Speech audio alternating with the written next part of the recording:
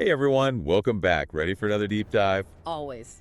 Okay, so today we're tackling Genghis Khan. And here's the twist, we're focusing on his daughters. Interesting. I know, right? You don't typically hear much about them. Yeah, usually it's all about like the conquests and the battles. Exactly.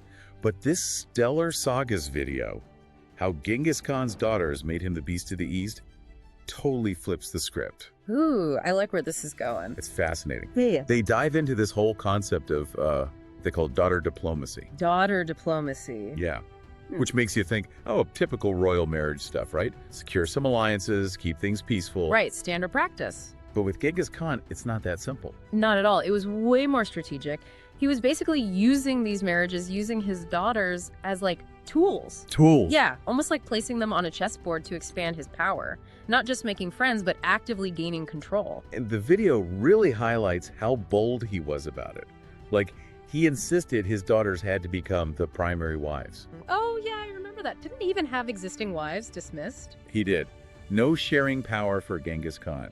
He needed his daughters to be in charge, calling the shots. Right. It wasn't enough for them to just be a queen in name only. He wanted them to have real influence in those kingdoms. Which makes the next part even more interesting, because he'd often turn around and send these sons-in-law, powerful kings, on super dangerous missions. Oh, yeah. To the front lines, the riskiest battles, almost like... Setting them up? Well, it's definitely a pattern you see throughout the video. A lot of these sons-in-law ended up dying in battle. And guess who was there to inherit the throne? Genghis Khan's daughters, of course. It's brilliant, if you think about it. It's like a long game, right? Secure the marriage, get the influence, then boom, daughter takes over. Expanding the empire, step by step. Exactly. And the video goes into this other point about how these inherited kingdoms weren't just expanding the empire outward. They were creating a buffer zone, a protective ring around the Mongol heartland.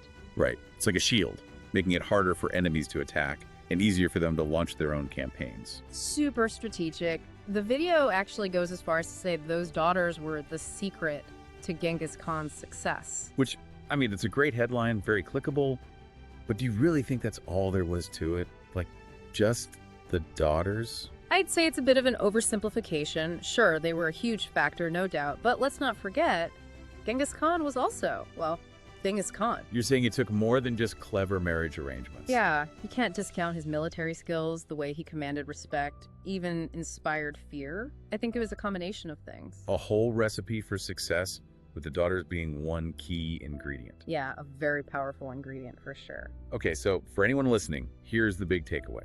Genghis Khan, not just a brutal warlord, he was playing the long game, and daughter diplomacy, as the video calls it, was a major part of his strategy. Absolutely. It really makes you wonder, though, how things might have gone differently. What if he'd only had sons? Ooh, good question. Or what if those daughters had defied him, gone their own way? So many what ifs, and honestly, that's just scratching the surface. If you want to learn more, I highly recommend checking out the full video by Stellar Sagas. Definitely. And maybe do some digging on other powerful women in history. Oh yeah, because you never know what fascinating stories you might uncover. Absolutely. History is full of surprises. Couldn't have said it better myself. Thanks for diving in with me today. Until next time. Anytime.